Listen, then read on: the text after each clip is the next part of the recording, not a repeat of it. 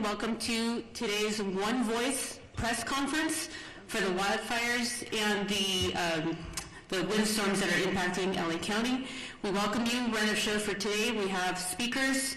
There's a speakers list. Please help yourselves to one of those. After that, we will segue to question and answer with members of the press.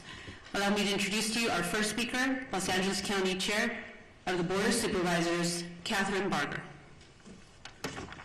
Thank you, Helen. Thank you for joining us here today. Earlier this week, the Los Angeles County Board of Supervisors declared today, January 9th, a day of mourning in solidarity with the federal government's in honor of the passing of former President James Earl Carter.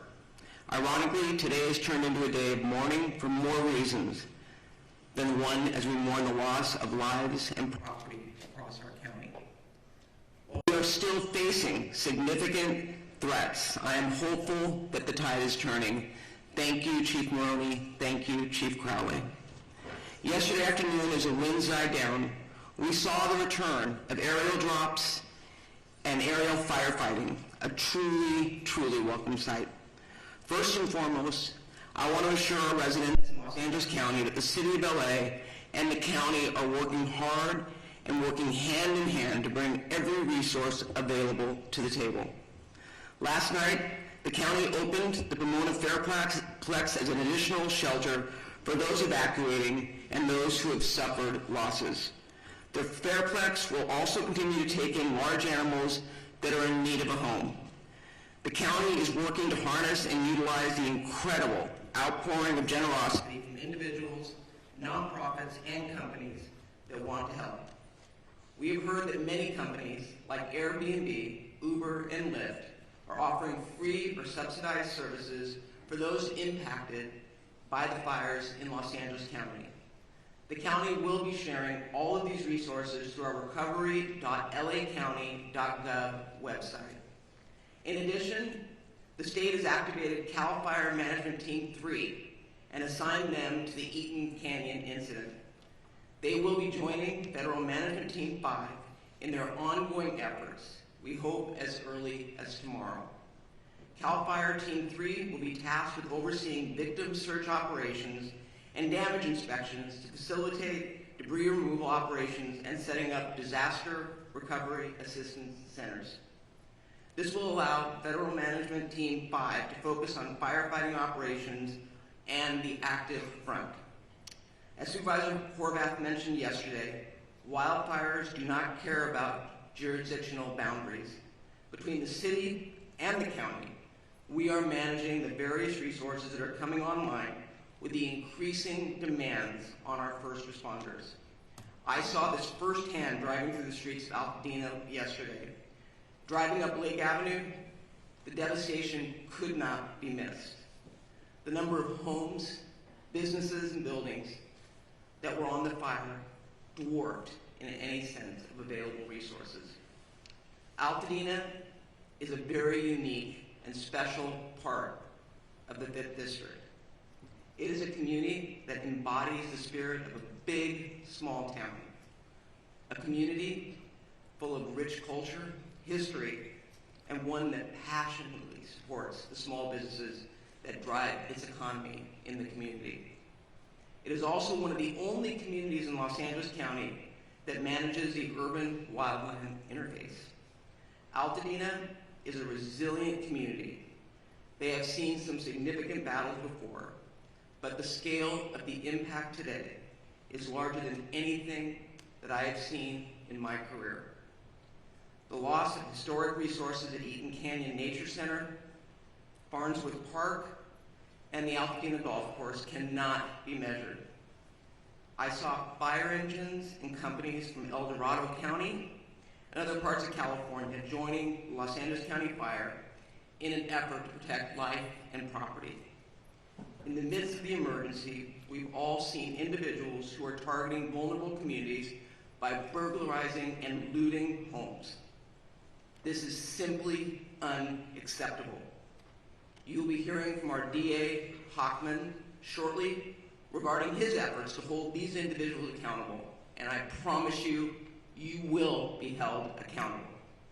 Shame on those who are preying on our residents during this time of crisis. The emergency order will be strictly enforced by the Sheriff's Department, who are proactively patrolling to protect these communities from looting and any criminal activity. They have made 20 arrests of individuals who will be held accountable for the actions that they've taken.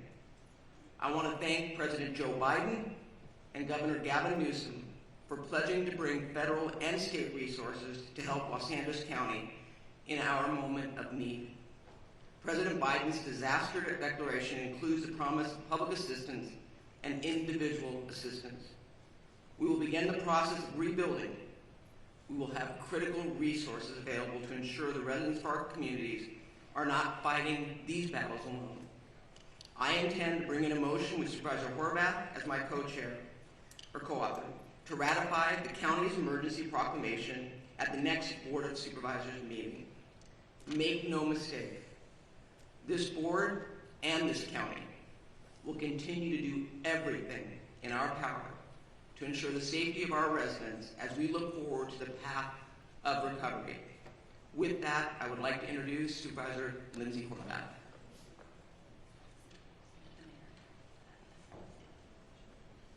Okay, so Mayor Bath. I'd like to introduce LA City Mayor Bath. Thank you, Supervisor. One voice, that is the way we speak, and that is the way we stand here united. Los Angeles will stand united and stand strong. So first of all, my thoughts are with the thousands of Angelenos who are impacted by this emergency, as more Angelenos were forced to make the terrifying decision to evacuate. Our priorities, of course, are to keep Angelenos safe and to protect homes. The winds continue to be of a historic nature and a key factor of this firestorm.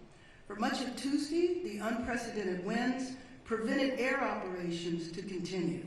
However, as of yesterday, the winds have allowed for air operations, and that has enabled significant progress against the fires in Hollywood and Studio City last night. And as of 7:30 this morning, evacuation orders in Hollywood have been lifted.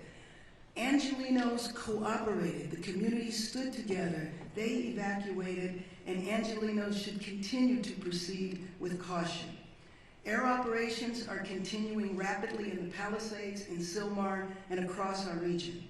We continue to see our heroes, from our LA firefighters and from personnel, families, neighbors from across the county and the state. We thank you. However, we continue to confront a big one-level firestorm. Historic winds and extensive drought have created a perfect storm that has driven people from their homes and have taken people's homes, and that has taken people's lives. I've been in the fire zones, and you can see how fast and devastating these wind-driven fires are. I know people from all over the nation are asking how they can help. So here are two essential ways. First of all, support the California Community Foundation Wildlife Recovery Fund at kvalfund.org, and support the Los Angeles Fire Department Foundation at supportlafd.org. And in addition to shelters, Airbnb is offering free temporary housing. Go to 211LA.org for more information. This, as we know, is a regional crisis. So working together is the only way we will get through this. That's why I've been in constant contact with my colleagues at the county, state, and federal level. President Biden, Governor Newsom have assured us of full state and federal support. And of course, County Chair Barger and I are fully coordinated, as I am with all of the local elected officials. And our fire departments, police departments, utilities, and other critical agencies are coordinated as well. We have pre-deployed, we are executing a strategy, and we are adapting to conditions on the ground in real time. This is absolutely an unprecedented historic firestorm, but we are all hands on deck. We need to continue to cooperate. We need to evacuate when asked to do so. We need to help others, help our neighbors. And first and foremost, we need to stay united. We need to stay strong. A united LA is the way we will recover, is the way we rebuild our communities. And with that, I believe I am introducing Supervisor Lindsay Bartlett.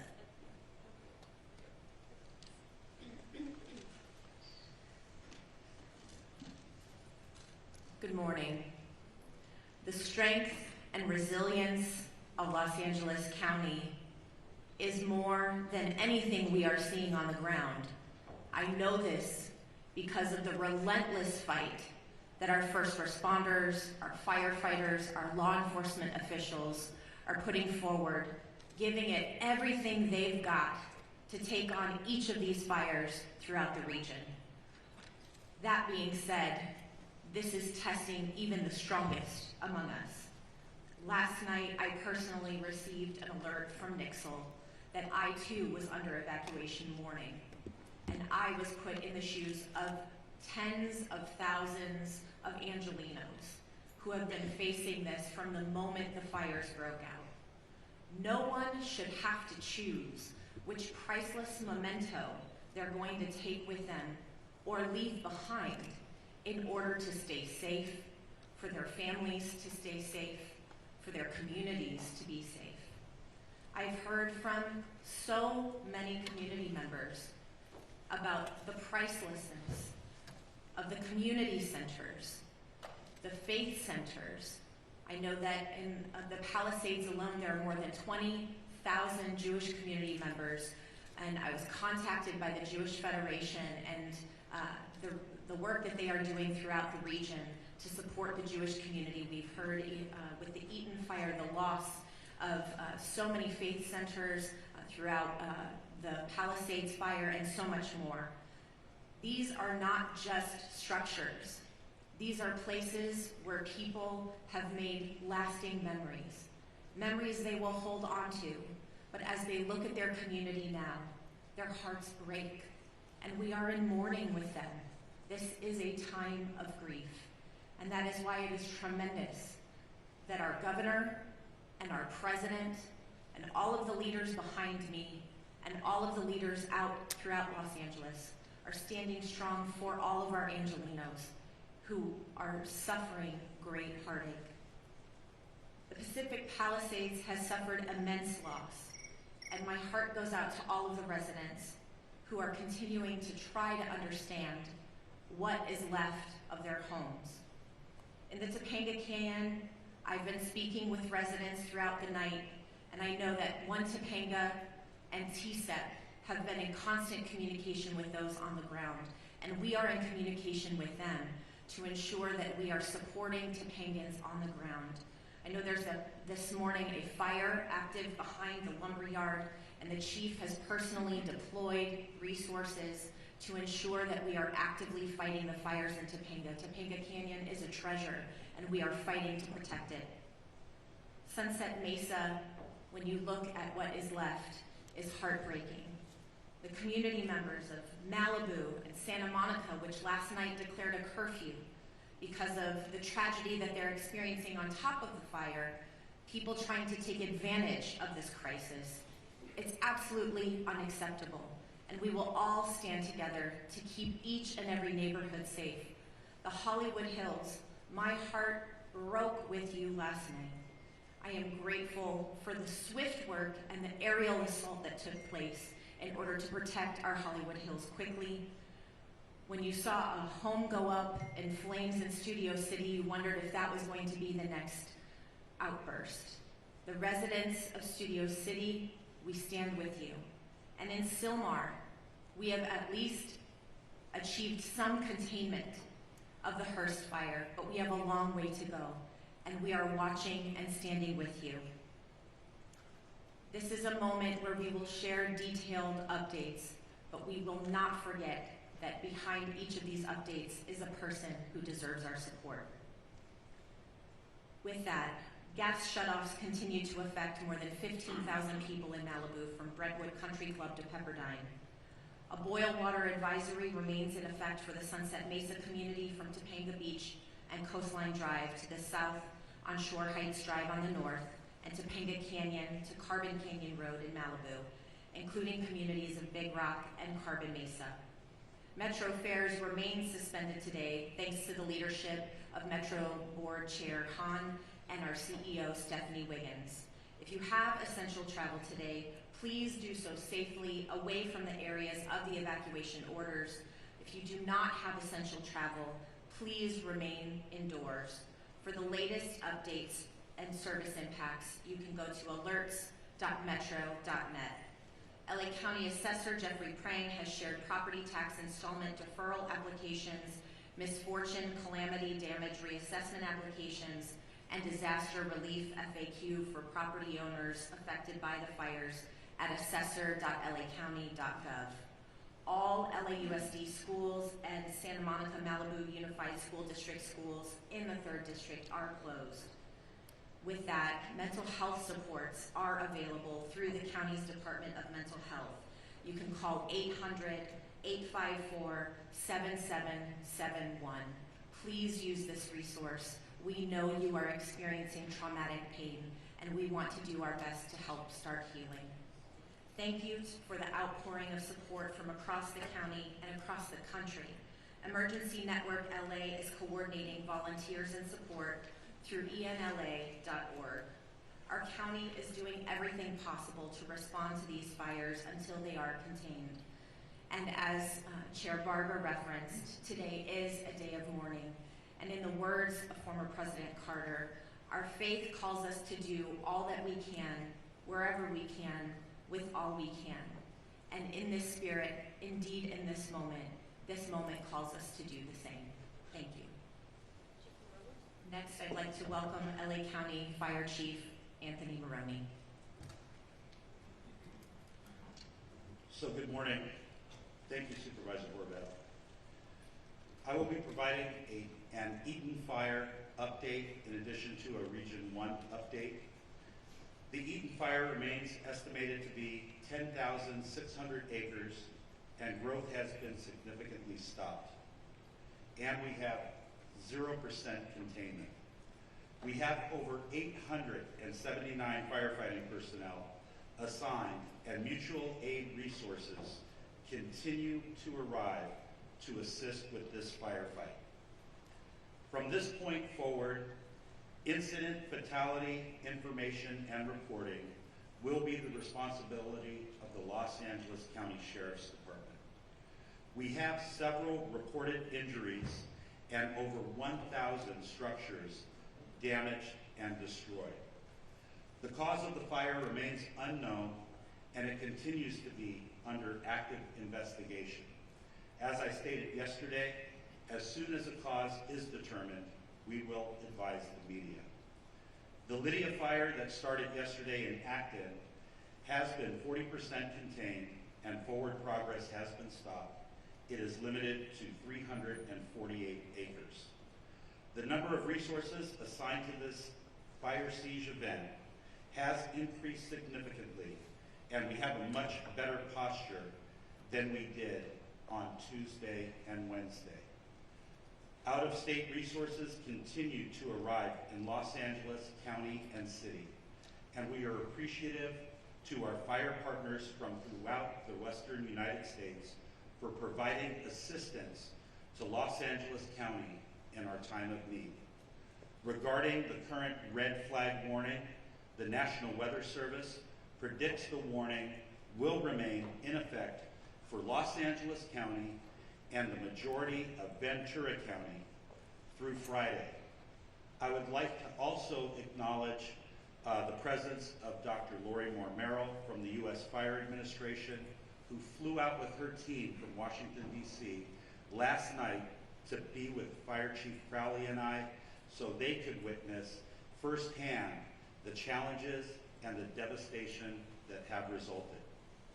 Lastly, I want to acknowledge the tireless efforts of my LA County Fire Department personnel, both on the front lines and those behind the scenes, who continuously place themselves in harm's way to protect residents and property in our great county of Los Angeles. Thank you for always being there, and continue to be safe as they take care of themselves, those around them, and the people we serve and protect. Thank you, and I'd now like to invite up Fire Chief Kristen Crowley of the Los Angeles Fire Department.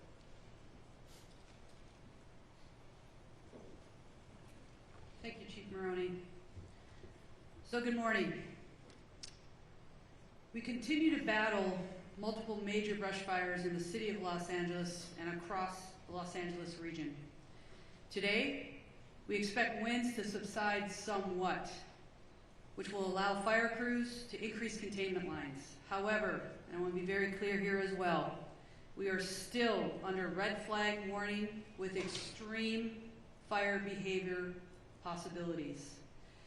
Before I give you an update on several fires in the city of Los Angeles, I have to take a moment, for all the right reasons, to thank the residents of Los Angeles and our surrounding areas for heeding our instructions.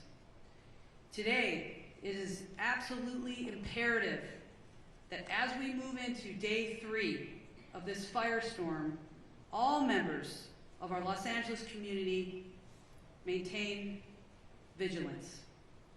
I will now give you an update of our activities that occurred overnight. Palisades Fire, as we know, started January 7th at 10:30 hours in the morning. Size at this point is 17,234 acres.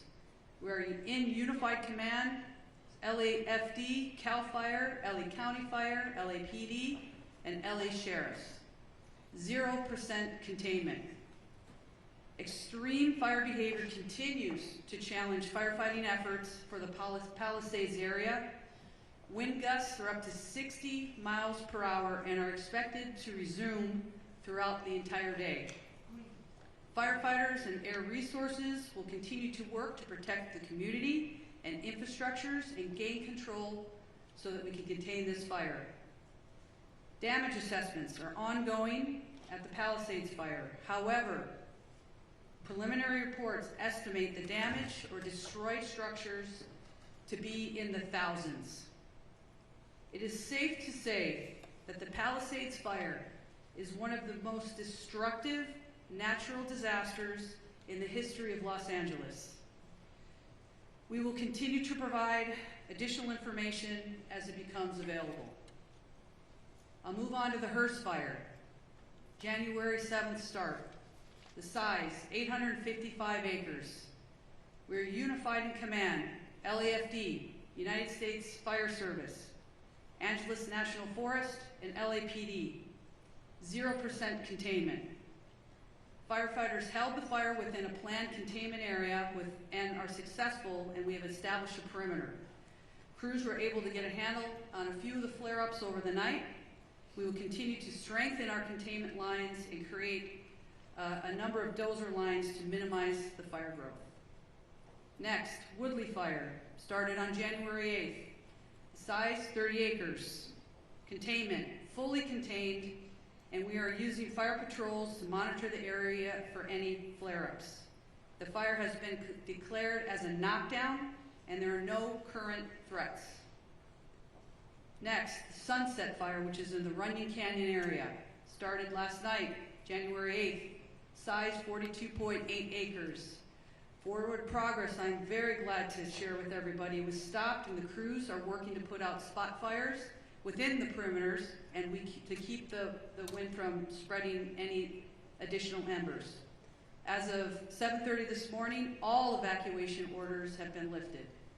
This fire was rapidly and aggressively attacked by using coordinated air and ground fire suppression efforts. Residents heeded our timely evacuation orders. More information to come on that. Next up, the Sunswept Fire, which is in the Studio City area. As I talked about all the previous incidents, on top of this, our fire department was faced with another massive challenge. A very large structure fire encompassing 2 large hillside homes with heavy fire, which exposed brush, broke out in the Studio City area of Los Angeles. The high winds caused the fire to extend within the adjacent brush, potentially causing another additional brush fire. Our LEFD poured all available resources into this fire, and through a combined effort, were successful in preventing another devastating brush fire. Our firefighters stopped the forward progress at just under 1 acre. Also, to be clear, all of the incidents that I just spoke about are all under an active investigation. Let's talk about the preparations for today. The LAFD continues to augment and recall all of our firefighters to fill every single available seat on every single available apparatus within the city of Los Angeles. Firefighters continue to move into the Southern California region from across the western region of the United States, and we are very, very grateful for any assistance that we are receiving. Weather conditions are beginning to turn favorably, which will allow us to increase our containment lines. Again, our primary focus remains on impacting and affecting rescues and saving lives while protecting property. The multiple incidents across the city and the region continue to tax our firefighters. However, rest assured that every single firefighter, first responder, law enforcement officer across the region remains 100% committed to protecting our communities. Here's your call to action. Stay informed with trusted news and official updates. Be prepared to evacuate if you live near a wildland area. Follow all evacuation warnings and orders without delay. We also ask the public to stay off the roadways and away from any impacted areas, which we want to make sure there's zero room for any other issues when it comes to delays for our firefighters, first responders to get to where we need to go. I want to take just a moment to thank every single Los Angeles resident who's been impacted by this for staying vigilant, supporting our first responders, and helping your neighbors. Thank you to Mayor Batts, our city leadership, everybody that is here. As you can see, we stand with every single community member, business, anybody that's been negatively impacted by all of these incidents. We stand with you. We're going to remain strong with you as well. And I tell you, we're throwing everything at this that we possibly can. We're going to move through this and continue to support one another. With that, I will go ahead and introduce our next speaker, which is Sheriff Luna. Sir? Good morning, Robert Luna, Sheriff of Los Angeles County.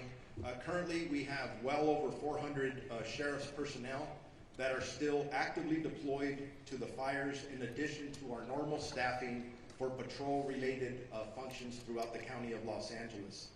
Deputies continue to assist our residents with evacuations. They are performing a lot of humanitarian missions. So many stories to share, don't have time right now. Providing food and blankets to people, rescuing people who unfortunately did not evacuate when they were asked to. So you've heard it over and over up here. A lot of the stories of heroic actions by our deputy sheriffs, police officers, or firefighters, a lot of them are taking place from people who did not choose to evacuate, putting their own lives at risk.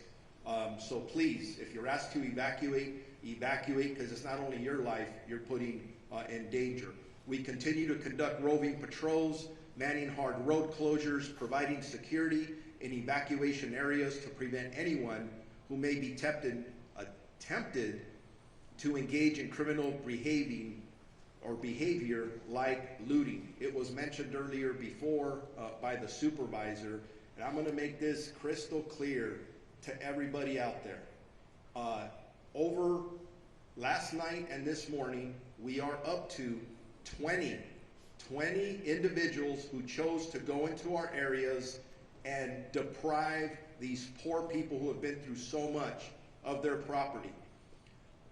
Absolutely unacceptable. And I'm going to give direction to our department members. As you know, when we have an evacuation order by law, if you remain in that area, you are guilty of a misdemeanor. If you commit certain crimes, it could jump up to a felony.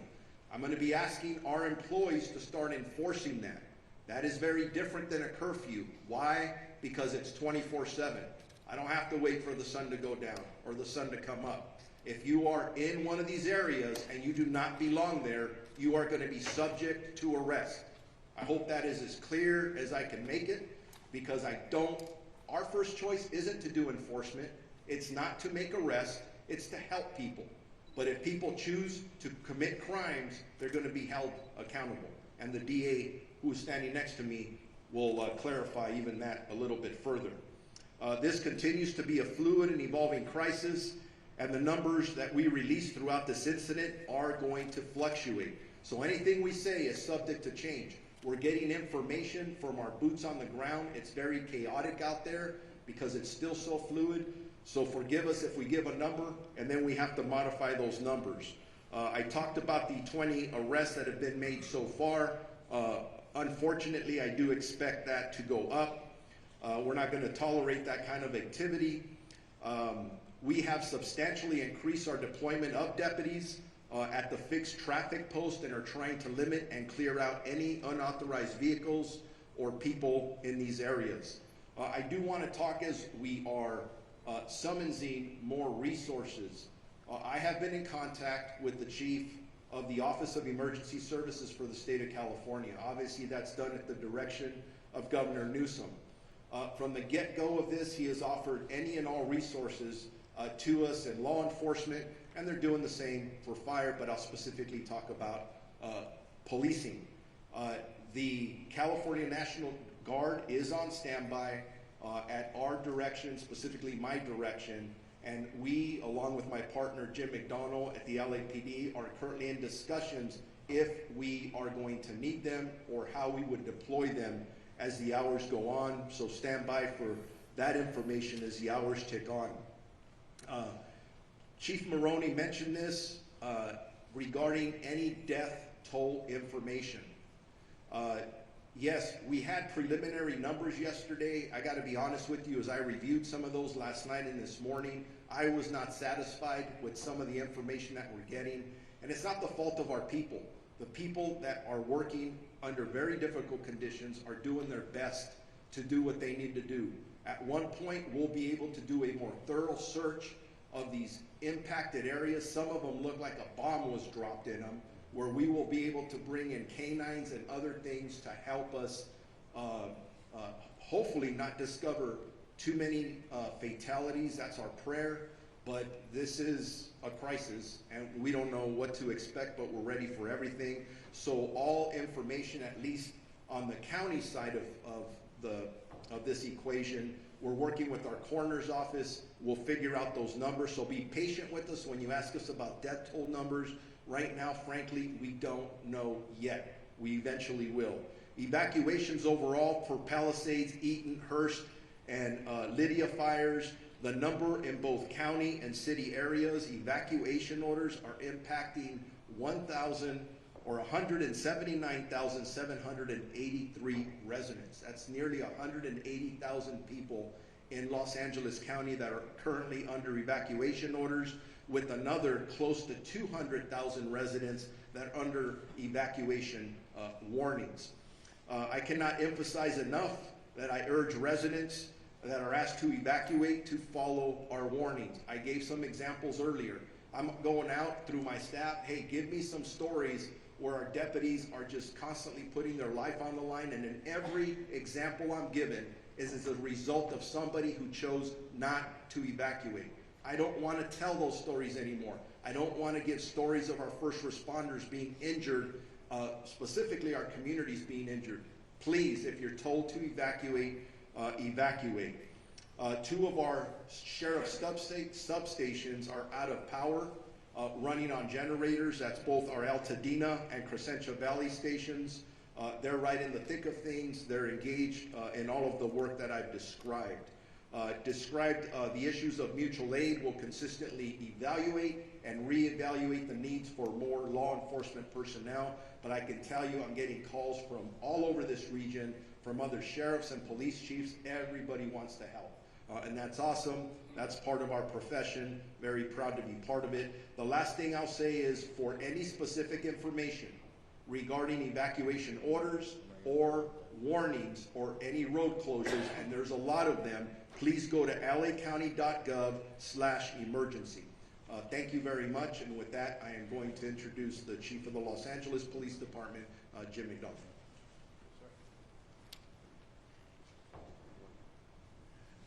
Morning, and I'll start off with a sincere thank you to all who have cooperated and supported the first responders and others who've been out there doing the best they can to make this as manageable as it can be. We're still on full tactical alert at the LAPD in support of our fire partners to be able to accomplish their mission. We're assisting with safety as well as the evacuation sites. You heard the sheriff quote the numbers of people who are out there using those. And again, we want to provide every level of safety we can for those involved in that effort. We've been joined by our Port Police and Los Angeles World Airport Police partners as part of the city family in doing the jobs that we're doing as we move forward today. But I want to thank our team. Many of our team and many of the people who are here behind me have left their families in fire areas to come to work to be able to help others. We've had a large number of people who have been evacuated, a large number of people in this group here who either family or friends have lost their own homes and lost everything they own and are dealing with taking care of young families at the same time while they're trying to balance the needs of work with the needs and responsibilities of family. We truly are all in this together, and we have to look at it that way as we move forward. The advice I would give is consistent with what you've heard. The air is not healthy for people who are challenged from a respiratory standpoint. So if you don't have to come into an area that's so impacted, please don't. Traffic, we're trying to maintain ingress and egress to our emergency areas for first responders in particular. We had, as you heard, people coming in still from other states to be able to help in the fire suppression effort, and we need them to be able to get in and be able to do what they need to do as easily as possible. The evacuations, they will probably still continue as the winds pick up. So we want to be able to do that as effectively as we can. Again, I said thank you for the cooperation, but I ask for additional cooperation should the need arise as we move forward.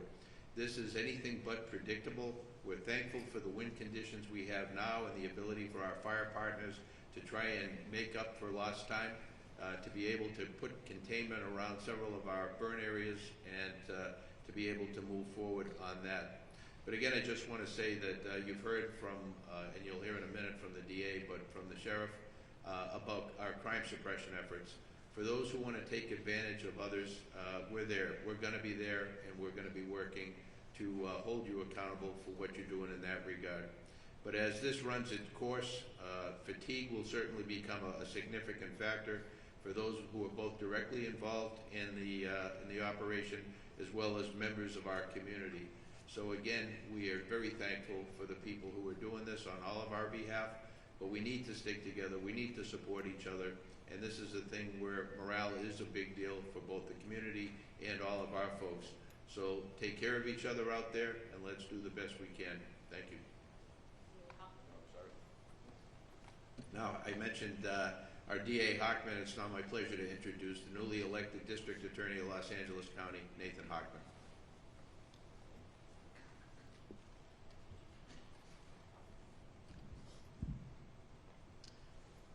Yesterday, I bore witness by walking and driving through Pacific Palisades. I ended up at my sister's house, a house where she and her husband had raised 4 boys, celebrated birthdays, barbecues, and whatnot. And that house has been burned to the ground, and not just her house, but all her neighbors, up and down each one of the blocks I traveled. Those houses no longer exist. They are now basically rubble. And I haven't seen something like that. I've lived here almost over 60 years. In the entire time I've been here, it looked apocalyptic. Not since the 1990s, when Los Angeles was hit with the fires, the flood, the earthquake, and the riots, have I seen such disaster occur here in our city. But like back then, Los Angeles has true grit. It has resilience. And it will rebuild, and it will rebuild better than ever. But along the way, there might be people out there who want to take advantage of the people who are suffering these tragic losses. These criminals need to hear, as they've heard from the sheriff as they've heard from Chief McDonald, an unmistakably clear message that if you want to go ahead and loot, if you want to commit burglary, if you want to engage in grand theft, if you want to engage in these internet scams where you're going to take advantage of people who are going to be seeking insurance and government benefits, you will be arrested, you will be prosecuted, and you will be punished to the full extent of the law. And the reason I want to send this warning now is I don't want any mistake later that somehow they thought, oh, it's not a big deal. It's a huge deal. These acts are despicable, and we will prosecute them with maximal punishment. So I want to make sure that message is received loud and clear, because the first responders in this situation have been simply heroic. As I was in Pacific Palisades, I not only saw fire departments from LA County and LA City, I saw Rialto, Poway, Redding, fire engines from across this entire state that have come to our rescue. And thank you. Thank you to all the first responders. When it comes to law enforcement, it's an all-hands-on-deck operation with law enforcement and the DA's office. Again, detectives are putting on uniforms and getting out there on the streets to protect us.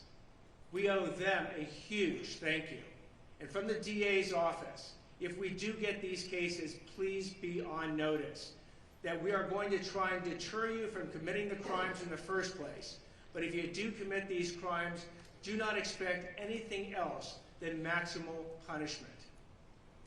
I'll now introduce LA County Public Works Director, Mark Priscilla.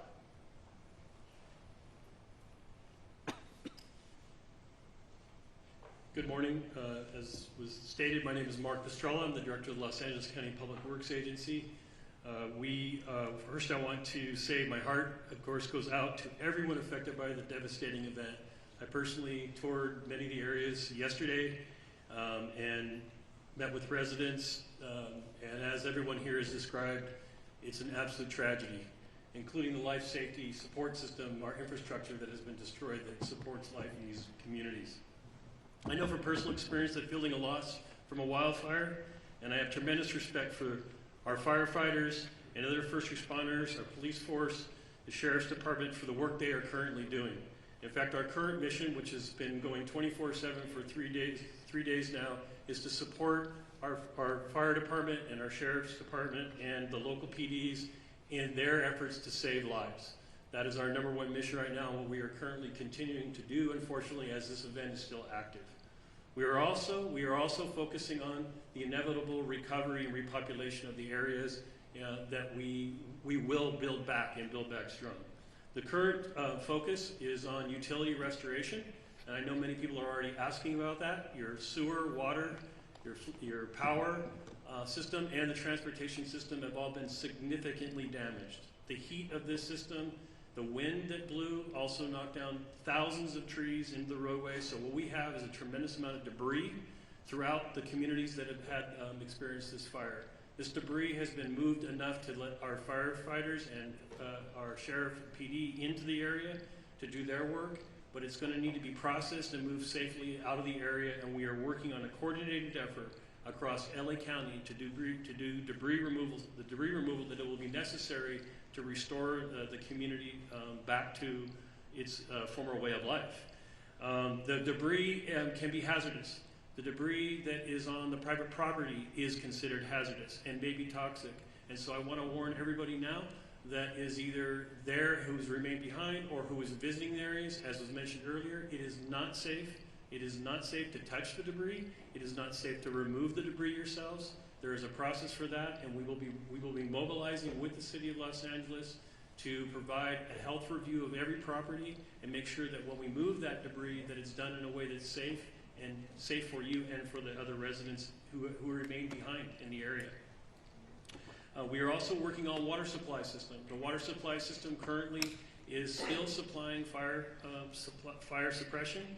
Last night we got to see the wonderful use of our reservoirs, the city's reservoirs and our reservoirs, to take water from the reservoirs and actually use firefighting event aerial attacks to the system. You saw what a difference that made in the firefight last night, and those reservoirs are full and continue to be ready and at the disposal of our firefighting friends. The municipal water system continues to suffer poor water quality due to the introduction of ash and debris into our reservoirs, into our filtration systems. So there are specific areas that we are asking for water to be boiled.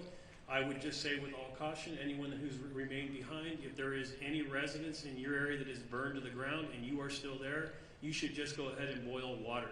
We will be actively coming to communities in the next day, within this day or next day, delivering water, delivering domestic water to people who remain in the fire zone area.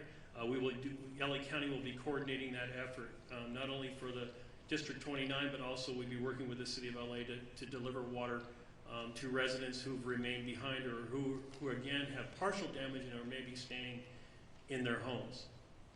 I want to again just mention that a firefight with multiple fire hydrants drawing water from municipal water systems for several hours is just not sustainable. That's why the air support is so important. Our residents in the Sunset Mesa, Topanga Beach area, Coastline Drive on the south to Shore Heights Drive on the north are up in the area. This is a partial damaged area or a threatened area. The Topanga Canyon Road, the Carbon Canyon Road Mesa as well is another area that's threatened. So all what I just talked about applies to you residents who are there. Now what can we do, what can the public do, what you should be doing as we sort of still active fire? I will reiterate that it's extremely important to listen to the sheriff and to PD when you are asked to evacuate immediately. Do not hesitate. Do not wait. Your life is not worth it. The systems that you're leaving behind, they are going to be impacted and they cannot be restarted easily. So I know a lot of people are talking about starting up. If you're thinking about creating your own water and sewer and power system at your home, I want you to be very careful about that. That is not something that a licensed contractor should be doing or our utility folks. Please don't do that. As I said yesterday, if you're leaving your home, I want to make sure that you lock that home, that you close that home up tight, and that you leave access for firefighters by not closing gates or creating a situation where they can't get to your home to fight off fire. The road system is impacted heavily throughout LA County, including city and county areas. There are multiple, in fact, hundreds of stop signals that are currently flashing red. I want to remind everybody that you treat that as a stop sign and you stop for that flashing. And if you come to a barricade, you need to turn around because those streets are closed for the purpose of recovery and not for looky-loos. Please do not argue with the sheriffs that are there or the PD. If the road is closed, there's a good reason for it. It's because it's not safe for you to be in that area. And that safety includes the debris that I was talking about. Trees down, potholes, road systems destroyed. There could be breaks in the roadway that could cause major damage to your vehicle. So I'm asking that you comply with all road closures until further notice. We are available as a 24/7 agency. You can reach our department at 1-800-675-HELP. We do need every citizen. There's something else you can do. If you see something, please tell us about it. Whether it's a gas leak, whether it's a utility line down, if it's a signal that's not malfunctioning, if it's a sewer system leak, any of those things that keep our life safety system going, we need to know about them so we can catalog them and get to them. Please know, and I do need to mention that all of the utility workers, not just my folks at LA County Public Works, but the folks at the City of Los Angeles, the folks at the Southern California Edison, the gas company, we are all coordinating with each other to restore your systems. And our folks are all working 24/7. There are many heroic stories, like the sheriff and fire have, of our utility folks out in the middle of the night, 24/7, getting those systems back up into place. And I want to thank all of the utility workers who are out there doing their job, who are not going home to family at night. They are actually working 24/7 as well. With that, I want to introduce the CEO and Chief Engineer of the Department of Water Power, Janice Quinones.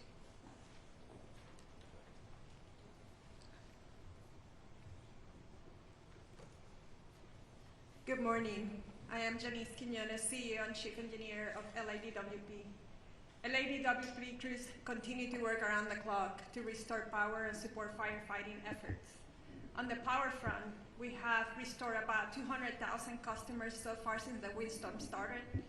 And as of this morning, we have approximately 95,000 customers out. We have 118 crews, DWP crews, working around the clock to restore powers as fast and as safe as possible. We're expecting our mutual aid crews coming from PG&E to arrive today and support the restoration efforts. Our restoration times are ranging from 24 to 48 hours. We are prioritizing wires down, so if you see a wire down, please call 911 and we'll send crews immediately to make the area safe. However, if you live in the fire-impacted areas or near those areas, you might experience longer outages, mainly because either our equipment has been compromised due to the fire, we're not able to access the area yet, or we're proactively shutting out the power for the safety of our firefighters and first responders. On the water side, the boil water notice for Palisades on zip code 90272 continues in effect, and it will continue in effect for at least 48 hours. I have water quality engineers taking samples around the system to ensure that the water quality remains a priority for our consumers. We continue to support LAFD and CAL FIRE and water supply issues and firefighting response, including opening our water reservoirs, as mentioned by Mark yesterday. Hollywood Reservoir was a critical asset when we were fighting the Sunset Fire. So all our reservoirs are open, that are open air for air assets, and we continue to work around the clock with other water agencies to increase the supply and pressure of the water system, including Metropolitan Water District. I want to end this by thanking DWP crews and personnel for their commitment and efforts to support the restoration of LA. Thank you. Thank you very much for that. And now, Yeah, and I also want to, we recognized President Biden and Governor Newsom, but we also have here with us today Congressmember George Whitesides, Congressmember Laura Friedman, Senator Sasha Renee Perez, Assemblymember Celeste Rodriguez, and Malibu Mayor Doug Stewart. Make no mistake, we are all working together, and I want to thank you all for being here. I know our Congress representatives flew in, and we appreciate it, and we are all in this together. With that, we'll take some questions. thank you, Chair Barker. So just a couple rules of the road. So I'll call on you. When you get called upon, please announce your name and which media outlet you are with. We'll start right here in the middle. Thank you. Jonathan Bigliotti with CBS News. For Mayor Bass, please. Mayor, LA County is in a panic state.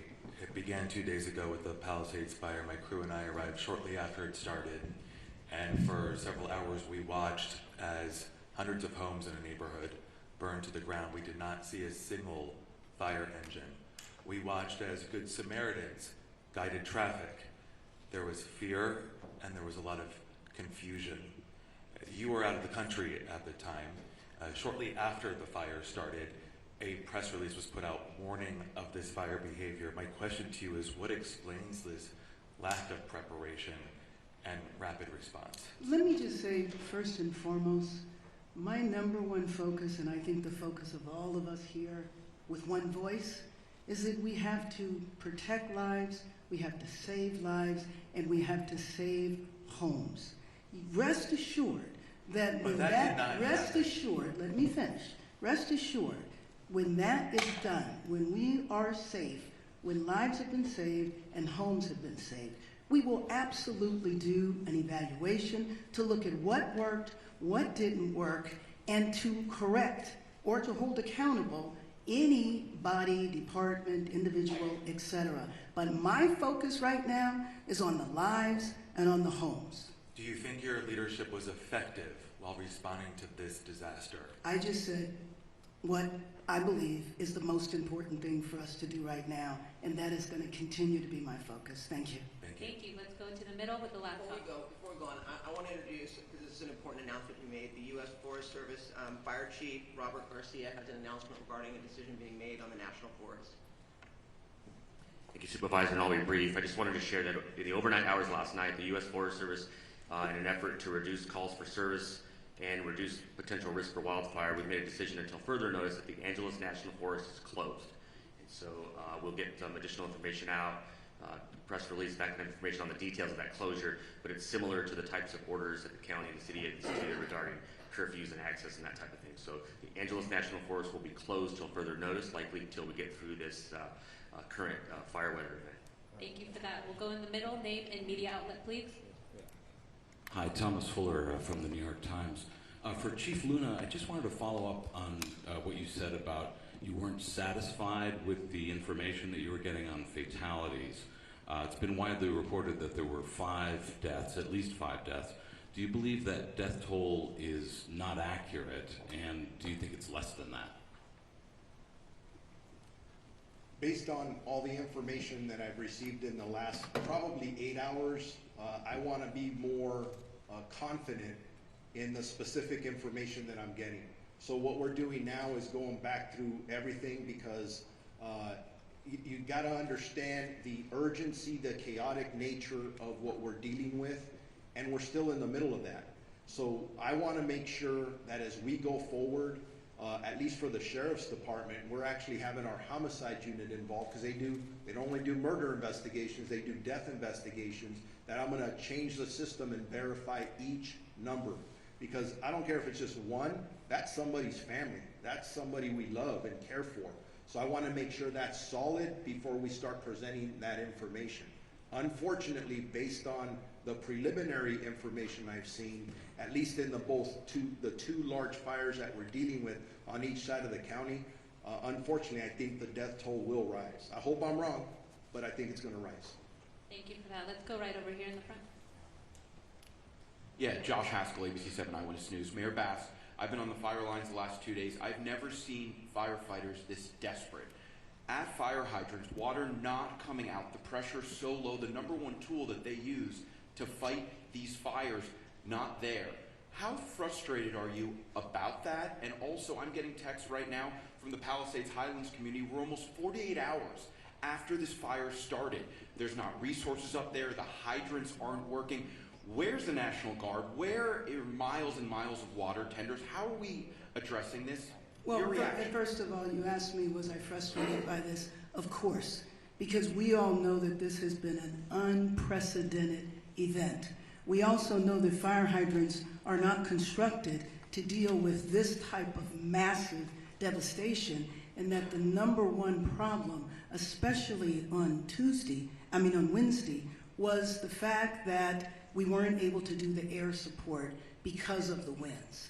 And so, of course, I am absolutely frustrated by that. I am not sure that is correct, that there are no resources up there, but rest assured, as soon as we are done here, I will follow up on that. But those homes, the first day and a half, there were homes up there that had been protected by the fire. And then I went up there yesterday and there were that had been protected?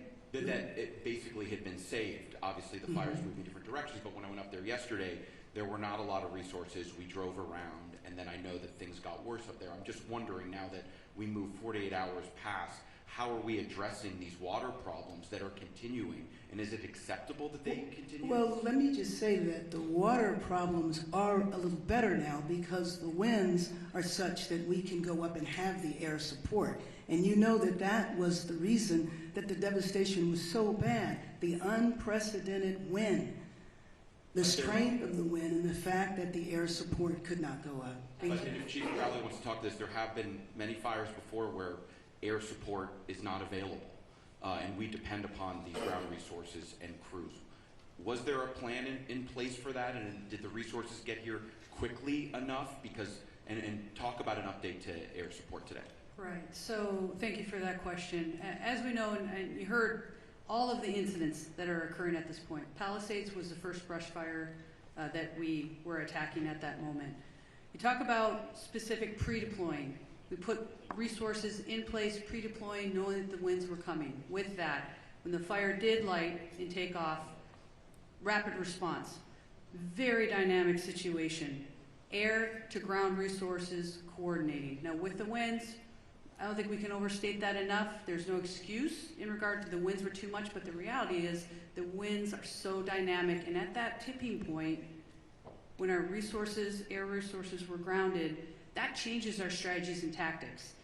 We called for the world in regard to the number of resources and what we needed, who we needed, immediate need. Every single resource that was available at that moment responded. You talked about 48 hours later, where are we now, right? Again, I already spoke on if we don't have water, we find water, we use water tenders, we draft water. The fire department, first responders, we're gonna do everything in our absolute effort to do what we can do with what we've got. The good news is, with the wind subsiding, you're gonna see water drops, you're gonna see rotary, you're gonna see fixed wings all day, unless something changes. Again, I did say 60-mile-an-hour wind gusts even today. So very, very dynamic situation. With that, also, you said about the other homes, no fire resources there. As winds change, our resources change, we redistribute, we move, and that's the dynamic situation that we are in even in day 3. That's what I wanted to say about that. Thank you.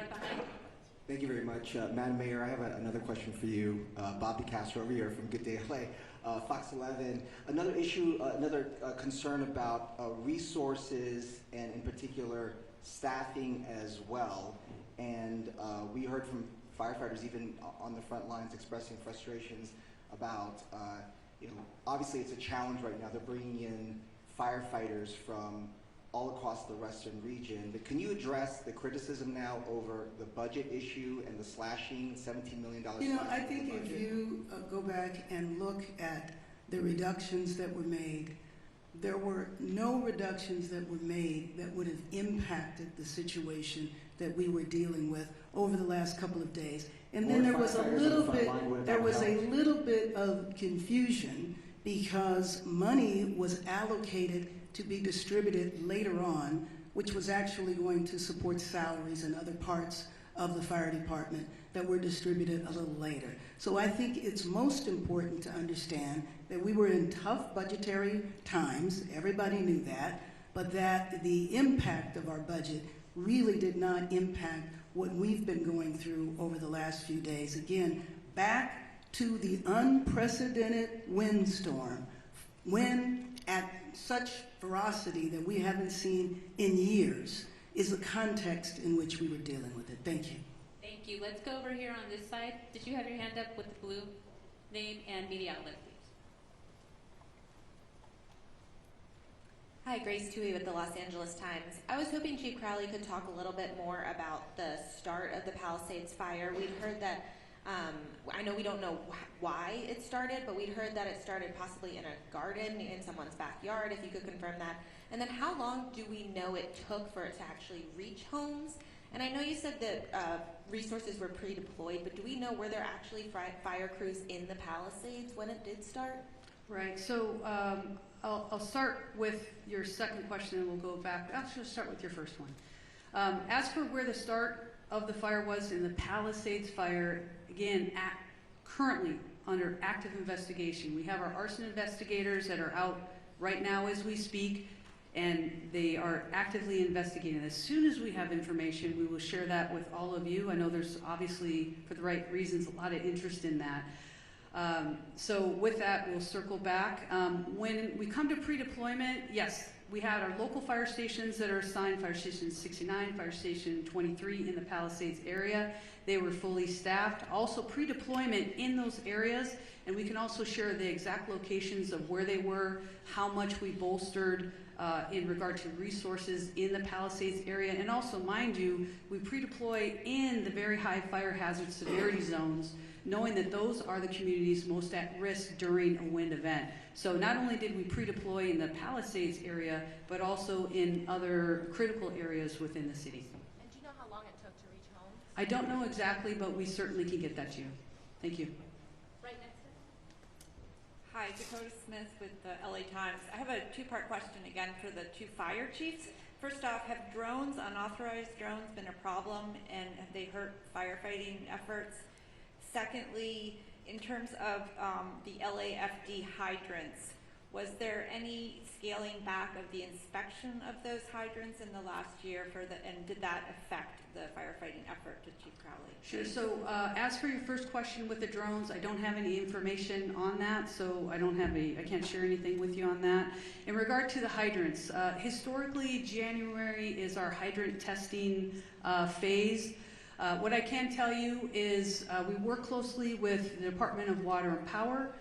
Those hydrants themselves are DWP's hydrants. They're to service the fire department. We partner with DWP in regard to that testing. Now, the very dynamic situation of where we are currently with the wildland season, if you may, there was a decision to postpone. We did not, in regard to the January start date, we have all year to test them. And also, mind you, our local fire stations are every single day going up and down the streets and looking at our hydrants. If there's any damage to hydrants, we report those as well. We were just kicking off that time frame of the beginning of the year when we normally would. What we did was postpone that until, because of the call volume that we're dealing with, and we're working closely with DWP at that point. I don't think it negatively impacted our abilities in this specific area. Thank you. The third brother. David Zahnizer with the Los Angeles Times. I have a two-part budget question. My first part is, can you talk about the reserve fund? Last year there was a lot of concern that the reserve fund had fallen below 4% and was heading toward that 2.75 number that I think makes it difficult for the city to authorize spending. Do you know how low it has gotten at this point and how quickly you're burning through the reserve? Do you want to go with your second question too? Sure. The second question is, do you have any concern about blowing through the reserve before the state and federal money will arrive? So let me just say that, as I said a few minutes ago, our number one priority right now is to save lives, to protect lives, to save homes. I'm not here to talk about the status of our budget. If you would like to do that on another occasion, that would be fine in terms of the reserve fund. I don't have those concerns right now, and I will say that after our first priority, then we will look back at everything that was done to do an evaluation to see what worked and what didn't work. Thank you. Thank you. We are over time. However, we will have one-on-one interviews. CAL FIRE wants to give an update on structures, et cetera, to get a clarification. I think it's important for you to highlight the numbers. Good morning. My name is Todd Hopkins. I'm one of the incident commanders for CAL FIRE incident management teams. Of the thousands of structures, I just want to clarify, that have been destroyed, we get this initial intel from intel flights, and what they do is they pick up heat signatures. We base off those heat signatures an estimate of what structures are destroyed. What I want to clarify is that a structure, it doesn't necessarily mean that it's a residential structure or a commercial structure. It could be a vehicle, it could be an outbuilding. So we do have people, damage inspection teams that are on the ground that will go out to every single home. They will catalog whether a house is destroyed, if it's partially destroyed or just damaged, and all that information will be turned over to the city and to the county once the damage inspection teams get done. So although we know that there are many homes destroyed, the thousands of structures can mean many different things besides just a home. But it is thousands, plural, that have been destroyed? Thousands of structures, yes, but that could be a motorhome, that could be a car, that could be a shed, it could be a residential structure. So I just wanted to make that clear. Thank you very much. And we are end of press